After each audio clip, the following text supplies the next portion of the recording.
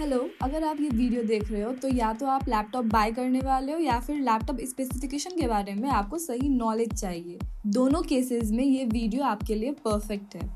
ये वीडियो में सबसे पहले हम डिस्कस करेंगे about user category, CPU, RAM, storage, GPU and last NVIDIA graphics. Number 1, user category, creative field और गेमर। क्रिएटिव फील्ड में बहुत सारे प्रोफेशन आ जाते हैं, for example architect, animator, graphic designer, video editor etcetera. Number 2, CPU processor. यहाँ हम दो type की प्रोसेसर डिस्कस करने वाले हैं, that is Intel and second one is AMD processor. Intel में we have Intel core i3, i5, i7, i9 and AMD में देखा जाए तो we have Ryzen 3, Ryzen 5, Ryzen 7, Ryzen 9।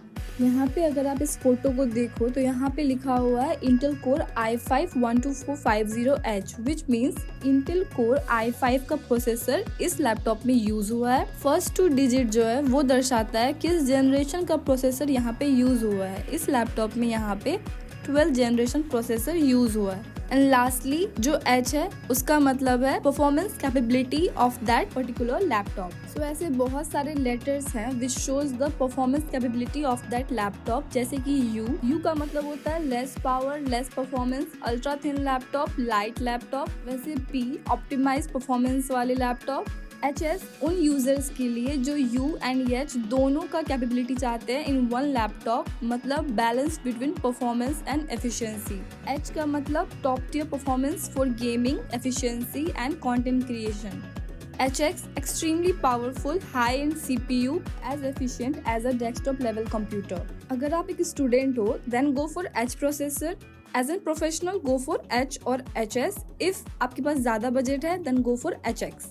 For graphics related work, always go for i5 12 Gen in Intel and AMD में Ryzen 5 series से ही start करना है। My recommendation always go for AMD Ryzen, क्योंकि AMD Radeon graphics जो होते हैं वो graphics related work में लाइक 3D रेंडरिंग, ब्लेंडर, उसमें वो ज्यादा अच्छे से काम करता है। Number 3, RAM. मिनिमम आपको 16 GB चाहिए फॉर ग्राफिक्स रिलेटेड वर्क और ये बेयर मिनिमम है, इससे नीचे तो आप लेना ही मत। Above 16 GB is far better, but 16 GB तो चाहिए ही फॉर ग्राफिक्स वर्क। परचेज करते टाइम हमेशा ये चेक करना है कि रैम अपग्रेडेबल या फिर एक्सपांडेबल हो। Number 4, storage.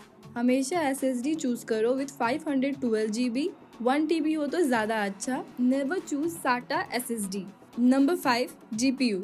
Graphics related work के लिए मोर देन CPU, GPU पे फोकस किया जाता है, H और HS सीरीज। अगेन इंटेल जो है वो इंटीग्रेटेड ग्राफिक्स कार्ड यूज करता है, वैसे ही AMD dedicated graphics card use करता है। इंटेल हो या AMD दोनों में H या फिर HS तो होता ही है। अगर आपका बजट टाइट है then only go for HS, and अगर आपका थोड़ा सा ज्यादा बजट है then go for the H1। And yes, in my recommendation dedicated graphics card जो है वो ज्यादा अच्छा होता है for graphical work. Number 6, NVIDIA DIA GeForce RTX 3050 या फिर 3060 is the most recommended for student of architecture or any graphical works, 2D 3D rendering।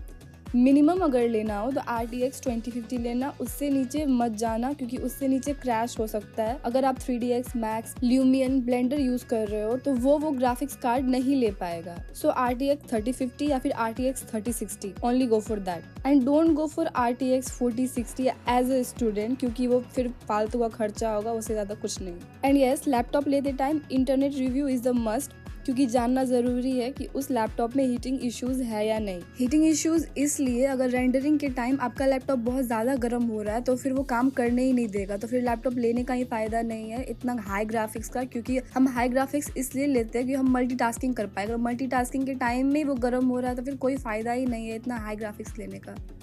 अगर किसी लैपटॉप में AMD Ryzen प्रोसेसर यूज हुआ है तो उसका मतलब है कि उसमें AMD Radeon ग्राफिक्स यूज हो रहा है, बट उसके साथ अगर आपको NVIDIA GeForce भी है तो वो लैपटॉप बहुत ज्यादा पावरफुल होगा for any type of graphical work. So I recommend कि उसमें AMD Ryzen भी हो एंड NVIDIA भी हो, so that you can work with all the multitasking without any lag और या फिर क्रैश। अगर ये 5 पॉइंट मैं आपको समझा पाई हूँ तो प्लीज लाइक, शेयर और सब्सक्राइब कर देना। Thank you for watching. Bye bye.